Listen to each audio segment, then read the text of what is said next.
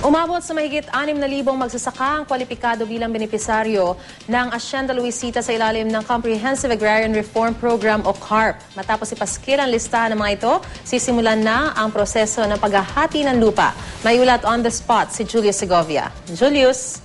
Maris, personal na tinungo ni Agrarian Reform Secretary Virgilio de los Reyes ang isa sa 10 barangay sa Hacienda Luisita dito sa Tarlac para ipaskil ang master list ng farmer beneficiaries. 6,212 ang opisyal na bilang ng mga kwalipikadong benepisaryo ng Hacienda sa ilalim ng Comprehensive Agrarian Reform Program o CARP. Ayon kay Secretary de los Reyes, ibinase raw nila ang listahan sa direktiba ng Korte Suprema na mga magsasakang nagtrabaho noong 1989 sa Hacienda ang pwedeng mapabilang. Nabigyan naman daw ng pagkakataon ng mga magsasakang gustong maghain ng petitions for inclusion at exclusion hanggang bago matapos ang taong 2012. Matapos naman ang pagpapaskil ng master list, Maris, ay nasa proseso na raw ang DAR ng surveying kung saan inaalam naman kung gaano kalaki at kalawak ang lupang paghahatian. Di pa kasi malinaw hanggang sa ngayon ang eksaktong ektarya, pero nauna nang naiulat na humigit kumulang 5,000 hectares ang hacienda.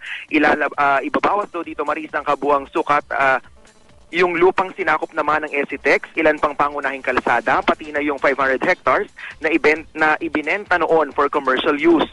Kumpiyansa naman ang DAR na maaabot ang target na maipamahagi ang lupa sa Mayo o sa Hunyo gaya ng inaasahan, pero nababagalan ang grupo ng mga magsasaka.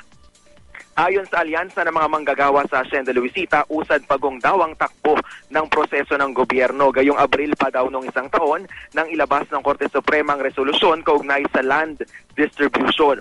Kontra rin, Maris, ang mga magsasaka sa itinakdang monthly amortization sa lupang ipapamahagi sa kanila sa ilalim kasi ng batas, merong buwan ng bayarin ang bawat farmer beneficiary sa lupang igagawad sa kanila. Babayaran nila ito sa loob ng 30 taon bago tuluyang mapasakamay nila ang lupa. Pero sabi ng DAR, hindi naman daw ito mabigat sa bulsa kaya siguradong kakayanin ng mga farmer beneficiary. Sa huli, siniguro rin ng DAR na walang basehan ang mga aligasyong ni Railroad umano ng kagawaran ng mga proseso sa land distribution. Lahat daw ng mga sinunod nilang hakbang ay may go signal ng iba't ibang stakeholders, kabilang na nga dyan, Maris, ang mga magsasaka nating kababayan. Yan muna ang pinakasariwang balita mula pa rin dito sa Tarlac. Balik sa'yo. Maraming salamat, Julius Segovia.